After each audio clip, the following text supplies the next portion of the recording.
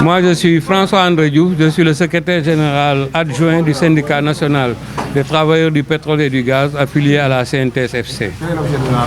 Mais nous sommes aujourd'hui sur ce site de Gadiaga où les travailleurs éprouvent beaucoup de difficultés liées à des problèmes de salaire depuis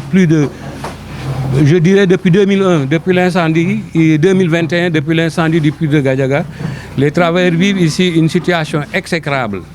On leur dit un soi-disant de chômage technique qui ne dit pas son nom et qui est même illégal. Et à partir de ce moment, nous avons fait toute la procédure. Nous avons rencontré les dirigeants de Forteza, nous sommes allés voir le ministère de tutelle, le ministère de l'énergie, des pétroles et des mines. Petrosen a été saisi, mais depuis lors, la situation elle est restée intacte, sinon elle est en train d'empirer. Les travailleurs sont dans le désarroi. Alors, nous, syndicats du pétrole, nous avons demandé aux travailleurs d'aller à l'inspection régionale du travail de Thiès. Ils y ont allé pour continuer les négociations. Malgré tout, ils sont sortis de là-bas avec un procès-verbal de non-conciliation. À partir de ce procès-verbal de non-conciliation, aujourd'hui, nous avons décidé avec les camarades travailleurs de Forteza de déposer un préavis de grève à partir du lundi 2 juin. Advienne que pourra maintenant. Et il ne faut pas qu'on se trompe. Il ne faut pas que les autorités se trompent. Il ne faut pas que le pétrole se trompe. Ça ne va pas être seulement les travailleurs de Forteza qui vont aller en mouvement parce qu'il y a énormément de problèmes dans le secteur du pétrole aujourd'hui que les autorités ne sont en train de regarder sans rien faire. Depuis l'avènement du pétrole et du gaz, l'aval pétrolier a été ignoré. Les travailleurs des transports hydrocarbures sont en train de souffrir des entraves à la liberté syndicale. Même nos sociétés sont menacées aujourd'hui par rapport aux créances non recouvrées dans nos sociétés. Voilà pourquoi nous sommes aujourd'hui ici pour tenir une assemblée générale,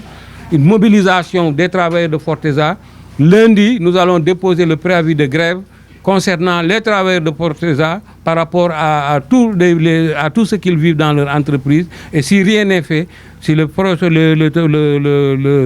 préavis de grève expire, nous allons aller en mouvement parce que travailler sans être payé, ne pas travailler sans être payé. Maintenant, nous sommes arrivés à une situation où nous disons lutter ou mourir. Et nous allons lutter avec les travailleurs de Forteza pour qu'ils recouvrent leurs droits. Il y a les cotisations sociales et ça, c'est le plus grave. Des travailleurs qui vont même aller à la retraite sans même pouvoir bénéficier de la pension retraite. Des travailleurs qui, quand ils sont malades, ils ne peuvent même pas se soigner. Ils ne peuvent pas soigner leur famille. Leurs enfants sont renvoyés des écoles. Il n'y a plus de scolarité. C'est vraiment inhumain ce qui se passe ici. C'est un désastre social, une débâcle. C'est même à la limite des travailleurs laissés pour compte, laissés à la merci d'une direction qui a atteint ses limites. C'est ça la réalité aussi. La direction de Forteza aussi aujourd'hui a atteint ses limites sur le plan managérial, sur le plan financier, même sur le management de la sécurité. Ils ont atteint leurs limites. Il est temps qu'ils dégagent et qu'on amène des gens capables de gérer Forteza. Merci. Waaw man maay Samba Mbeng secrétaire général du collège des délégués de Forteza. waaw suñu ndaje mii li ko waral mooy dund gu metti gu ñuy dund depuis 2021 te loolu nag ki ñu ko def mooy suñu direction. muñ nañu ba suñu muñukaay fi mu yem moo tax ñu taxaw tey jii mel ne benn nit bëgg a xeex li fi nekk direction bi su fekkente ni mëntu la dem na seet ni muy def ndaxte liggéey juróomi at kenn joxu la sa salaire bu mat léeg-léeg genn wàllu salaire léeg-léeg duñ la jox dara léeg-léeg 25% depuis juróomi at ñuy dund loolu mëntu la wéy bi ci des it mooy juróom-ñetti weer yi passé amul benn travailleur boo xam ne si jot nga dërëm. loolu ndax mën naa continuer ku ne xam na ni loolu mënut a continuer ñi ngi jëm tabaski amul benn travailleur bu la mën a wax tey jii fan lay jaar ba tabaski suñu doom yi dàq nañ leen seen école suñu sëy yi ci bari tas na fële amatuñu courant amatuñu ndox amatuñu électricité téléphone yëpp dagg nañ ko ndaxte mëntuñ koo fay loolu nag moo waral tey jii ñun Forteza ñu daje fi ngir dénoncer situation bi nga xam ne si moom la ñuy dund. Cotisation à l'IPRES et à la caisse de sécurité sociale depuis 2017 amul kenn kun cotisel bari nañu dem retraite tey jii nii kenn joxu leen seen dégagement dañoo dem retraite ba noppi dañu mujjaat toogaat fii ndaxte amuñu pension de retraite loolu moo tax ñoom ñëpp tey jii boo leen gisee dañoo nekkaat fii muy lu ñuy naqar lu ñuy metti lu lool. waaw lay boobu ñuy wax nag chômage technique ñun dañ koo bañ ba tëdd ca ñag ba li tax ñu bañ ko mooy chômage technique kay mooy da nga naan man kat wàññi naa heure yi ngeen di liggéey wàññi naa li ma leen di fay waaye yéen wax fi ngeen daan liggéey moom ngeen di liggéey ba noppi wala sax mu ëpp ba noppi nag ñu lay sa salaire ñu wàññi ko wala sax fayatuñ la loolu du chômage technique loolu moo tax bi ñu leen yóbboo inspection régionale du travail de Thiès dañu leen ni li ngeen def tegu leen ko fenn fu leen neex ngeen ko teg dañoo bañ ba tëdd loolu it bokk na ci li metti Forteza kenn mënu ko wax accident de travail kenn du la faj te bari na fi am na ñoo xam si dañ fay contracté ce que l'on appelle des maladies professionnelles ci liggéey bi lañ ko jëlee tey ñu nga tëdd seen kër non seulement faju ñu leen mais dañ leen a seetaan ñu tëdd seen lal mënuñoo faju moo tax tey jii nii bari na ci personnel bi ñoo xam ne si ña nga àllaaxira jiitu nañ ñi te ñun ñii foofu lañ jëm loolu nag la ñuy bañ duñu ko nangu directeur général su mënut a continuer na seet neneen ni muy def fii ay xale yu ñoo fi nekk déterminé kenn jàng lu ñuy liggéey ku fi ñëw naw nga suñu liggéey loolu nag lañ bëgg a continuer mu wéy te loolu nag du ñu nangu nu leen neex ngeen wax naa njaayum jaam jeex na depuis 1888 kon ñun du ñu nangu ngay naan suñu deret liggéey leen bu weer deewee te li ci gën a metti mooy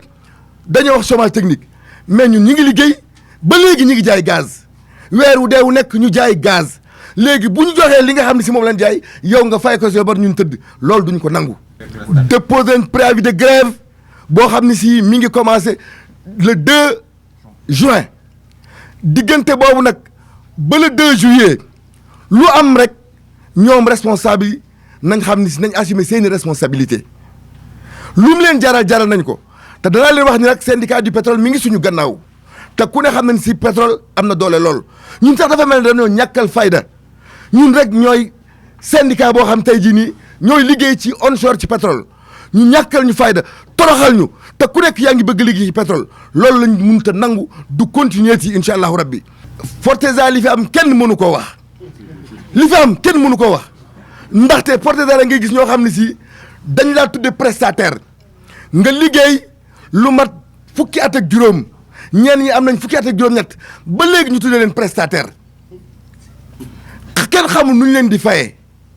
nu mu leen neex lañ leen di fayee